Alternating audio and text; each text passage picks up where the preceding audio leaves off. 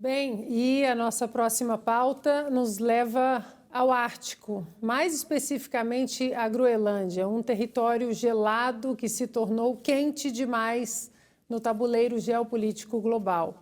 Se existe um fio que liga as crises que vimos até aqui, do Oriente Médio, passando pela América Latina até chegar ao Ártico, esse fio é o retorno explícito da política de poder em um mundo onde regras, tratados e consensos diplomáticos já não são suficientes para conter disputas estratégicas. No Irã, um levante popular contra um regime teocrático foi respondido com repressão brutal, apagão de internet e ameaças diretas. O regime iraniano chegou a advertir sobre possíveis retaliações contra bases americanas no Oriente Médio, caso Washington avance além das declarações de apoio aos manifestantes. Na Venezuela, vimos uma ação sem precedentes. Um ataque militar que resultou na captura de Nicolás Maduro, a reorganização do poder político e a discussão aberta sobre um papel contínuo dos Estados Unidos na supervisão do país, inclusive envolvendo o controle de seus recursos energéticos estratégicos. Dois contextos distintos, mas com o mesmo denominador comum. Uma política americana externa que abandona a hesitação, substitui a retórica vazia por ação e deixa claro que vácuos de poder não ficam vazios por muito tempo.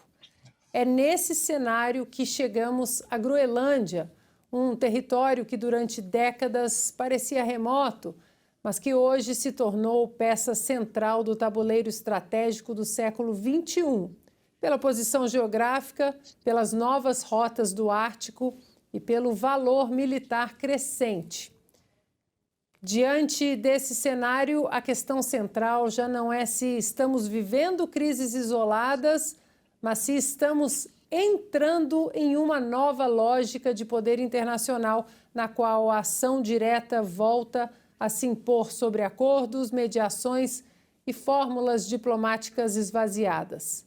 Irã, Venezuela e agora a Groenlândia parecem fazer parte de um mesmo desenho estratégico, ainda que em regiões completamente distintas do globo. E aí eu quero ouvir os comentários iniciais sobre a Groenlândia, porque muito se disse sobre a Groenlândia, mas apenas como manchetes, ninguém explicava direito, como nós quatro gostamos de explicar em detalhes aqui, por que Donald Trump está tão encucado com a Groenlândia, Flávio. Pois é, a Groenlândia é um ativo muito importante para o Trump agora por causa da mudança da matriz energética do mundo. É incrível nisso que você vai falar assim, mas o que tem na Groenlândia? Tem gelo. Então, isso aí importa e muito, porque tem muito gelo e pouca gente. Uma coisa extremamente importante agora é que você está no mundo de inteligência artificial. Então, vamos lá, vamos recapitular agora tudo. Quem vai ganhar a Terceira Guerra Mundial? Quem tiver carne e quem tiver melhor inteligência artificial, tá? Certo? Groenlândia não tem carne, mas para você ter bastante data centers que consigam, né, fazer uma coisa como ChatGPT, Gemini, todas essas inteligências artificiais precisam, você precisa ter resfriamento. Esta é a grande dificuldade hoje da nova matriz energética, porque você não tem resfriamento suficiente no mundo. Aí entrariam, na verdade, alguns países estratégicos. Por exemplo, o Brasil tem uma capacidade muito grande de resfriamento por causa das suas hidrelétricas. Né? Nós temos uma matriz fluvial incomensurável, nenhum país do mundo chega aos nossos pés em matéria de rios, mas também teria que fazer um investimento muito grande. Já para você fazer um resfriamento em lugares como a Groenlândia, que não é exatamente um país, é um território ali, né, muitos poucos habitantes, basicamente uma ilha gigantesca, mas com poucos pescadores e controlada pela Dinamarca, é sensacional. Você pega os data centers e você não precisa fazer nada. É isso aí. Você não tem resfriamento, nada. Não, você simplesmente deixa o negócio lá funcionando. Agora, qual que é a segunda palavra que nós precisamos entender aqui sobre a Groenlândia? Influência. Zonas de influência. A geopolítica ela funciona muito por isso. Nós falamos bastante sobre a doutrina Monroe no final do ano passado, alguns meses quase antes da grande mídia finalmente descobrir o que a gente estava falando aqui, né?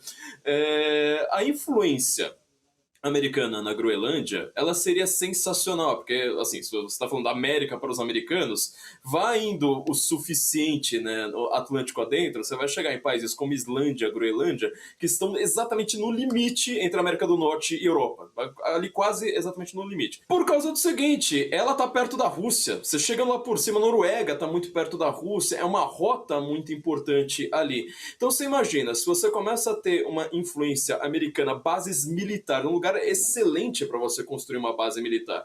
Porque isso impede o Putin, impede qualquer ditador russo-chinês, né, de tentar fazer um ataque. Você tá ali apontando para os caras falando assim, olha, não adianta você controlar as fronteiras da Europa continental. Aqui por cima é 2 palitos, manda 2 aviões para lá, a gente já tá em Moscou rapidinho. Então, por conta de todas essas questões, tem a Groenlândia virou a cereja do bolo agora.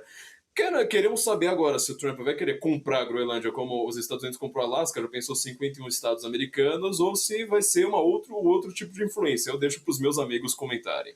Inclusive, os americanos compraram também a Louisiana, né? Louisiana, o Alasca. Mas nós vamos seguir exatamente nesse assunto, porque ele é, na verdade, muito maior do que a gente imagina. Nesta semana, mais uma vez, Donald Trump afirmou que a Groenlândia é vital para a segurança dos Estados Unidos. The foreign minister of Greenland, she said a while ago in a press conference in an embassy of Denmark that she made very clear in the meeting that happened here in the White House what are their limits. She also said that it was a very respectful meeting. Are those limits going to be respected? Well, we're going to see what happens with Greenland. We need Greenland for national security, so we're going to see what happens. They're going to brief me on the meeting right after this conference. In fact, the sooner I get you out, the faster I'm going to know exactly what happened. But we have a very good relationship with Denmark, as you know. We'll see. But, we're doing the Golden Dome. We're doing a lot of things, and we really need it. If we don't go in, Russia's going to go in, and China's going to go in. And there's not a thing that Denmark can do about it, but we can do everything about it. There's no more in what they can do than Well, we're going to see. I mean, look, we're going to see what happens. But we need it. I'm not the first one. This was talked about by President Truman, and 40 years before President Truman, they were talking about it. They've been talking about this for 100 years. This is not anything so new. A lot of people don't realize that, but this was a hot subject, probably not as hot as it is now, but it was a hot subject for a long time. We need it for national security, and that includes for Europe.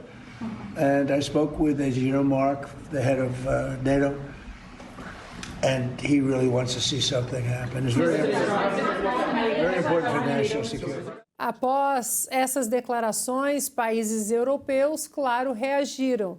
Aliados anunciaram oficialmente o envio de tropas para a ilha para exercícios e presença defensiva. Alemanha, Holanda, Suécia, Canadá e outros confirmaram o envio de contingentes militares, alguns inclusive para missões de reconhecimento e vigilância, e resposta às repetidas declarações do presidente Donald Trump sobre a necessidade de os Estados Unidos terem controle ou presença ampliada sobre a ilha. Mas, ao mesmo tempo, a diplomacia entrou em campo. Uma delegação da Dinamarca esteve em Washington nos últimos dias para tratar diretamente do futuro da Groenlândia. O governo dinamarquês sinalizou disposição para trabalhar com os Estados Unidos em uma busca da diplomacia estratégica entre aliados.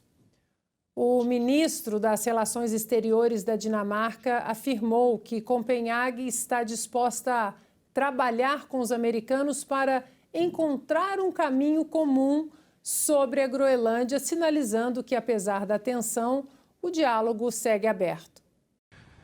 And we therefore still have a fundamental disagreement, but we also agree to disagree. And therefore we will, however, continue to talk. We have decided to form a high-level working group to explore if we can find a common way forward. The group, in our view, should focus on how to address the American security concerns, while at the same time respecting the red lines of the Kingdom of Denmark. We expect that such a group will meet for a first time within a matter of weeks. And then I will pass the floor to my colleague from Greenland, Vivian Mossfeldt. Bem, o que está em curso não são episódios isolados, mas uma reconfiguração global das esferas de influência, em que o poder volta a preceder o consenso e a diplomacia passa a operar dentro dos limites impostos pela realidade estratégica. Trump também provocou a capacidade bélica daqueles que dizem proteger a Groenlândia. We're not, I can't rely on Denmark being able to fend themselves off. They were talking about they put an extra dog, and they were serious about this. They put an extra dog sled there last month. They added a second dog sled. That's not going to do the trick. Há quem veja nessa movimentação uma jogada calculada, provocar o debate para empurrar a OTAN a assumir a defesa da Groenlândia contra a Rússia, sem que isso recaia sobre tropas ou recursos americanos. A pergunta é simples. Foi pressão estratégica e, no fim, se um dia houver venda, os Estados Unidos compram ou estamos vendo um novo método de liderança americana sem guerra direta? Kister, conversávamos isso hoje enquanto estávamos escrevendo o roteiro. Donald Trump, ele tem essa estratégia de persuasão, né? Ele é um excelente negociador. Será que ele finalmente vai fazer a OTAN mexer nos bolsos? Bom, Ana, ele já fez, em primeiro lugar, na Europa, né? Pressionando a Europa a que ela investisse os países 5% do seu PIB em defesa. Muitos países já se comprometeram, estão fazendo, a Espanha ali está relutando um pouco, mas a maioria dos países da OTAN estão cumprindo essa exigência do Trump, senão sofreriam algumas retaliações econômicas, etc. Agora, o que o Trump quer com isto? Né? Ou seja, por que ele está fazendo todo esse estardalhaço em relação à Groenlândia? Ana, eu acho que todas as opções estão na mesa simultaneamente e a que vencer, venceu. Bom, se nesse estardalhaço e pressão toda que ele está colocando sobre a Groenlândia, porque ele quer que seja o 52º estado dos Estados Unidos, e, de repente, eles enviarem, como já estão enviando tropas, navios, etc., a França e o Reino Unido estão enviando para lá, até a Dinamarca. Não, na verdade, a Alemanha mandou, né?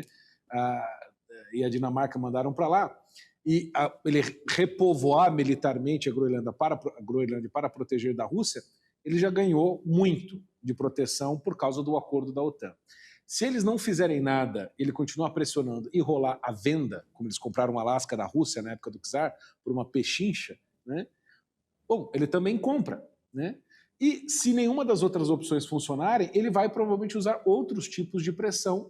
Eu não sei se a opção militar de boots on the ground, invadir e tal, não faz muito o perfil da administração dele até agora. Pode ser que mude. O Trump, uma das fórmulas dele de negociação é justamente a imprevisibilidade, mas eu acredito que esta opção é simplesmente para fazer aquela técnica de manipulação psicológica descrita pelo grande professor Pascal Bernardin, naquele livro Maquiavel Pedagogo, em que você exige muito, né? Você quer ganhar, sei lá, uma maçã, você pede uma árvore inteira, a pessoa fica brava com você. Não, eu não fiz, não, eu só queria uma maçã, a pessoa te dá de graça. Eu lembro que eu fazia isso com a minha mãe, sabe? Eu chegava em casa e tinha ido mal na prova, ela falou, filho, você foi bem? Eu falei, eu tirei 0, mãe, foi um horror. Não é possível, daí brigava comigo, eu falei, mentira, eu tirei 4. Então não é tão mal assim, né? Então, é mais ou menos isso que ele faz, né? Ou seja, eu quero tomar a Groenlândia, vai ser meu, eu vou dar conta, isso aqui é importante para a segurança. Bom, de fato é importante para a segurança, como o Morgan estava explicando, porque os Estados Unidos têm capacidade nos 2 oceanos, Pacífico e Atlântico, no Golfo das Américas, ou Golfo do México, lá em cima no Ártico, do lado da Rússia, mas não tem no Ártico do lado do Atlântico, né? Então, é de fato interessante para os Estados Unidos ter a Groenlândia. Mas, como ele vai fazer isso? Eu suspeito que uma grande presença da OTAN fixa lá dentro, os Estados Unidos já têm base lá, mas uma grande presença fixa, com robustez e até mais presença americana lá dentro já vai satisfazer o Trump de um bom tanto, e eu acho que no fim das contas é o que ele quer, que a Europa se rearme para que o Putin e as suas ambições de reconstruir a União Soviética não se realizem como ele já prometeu.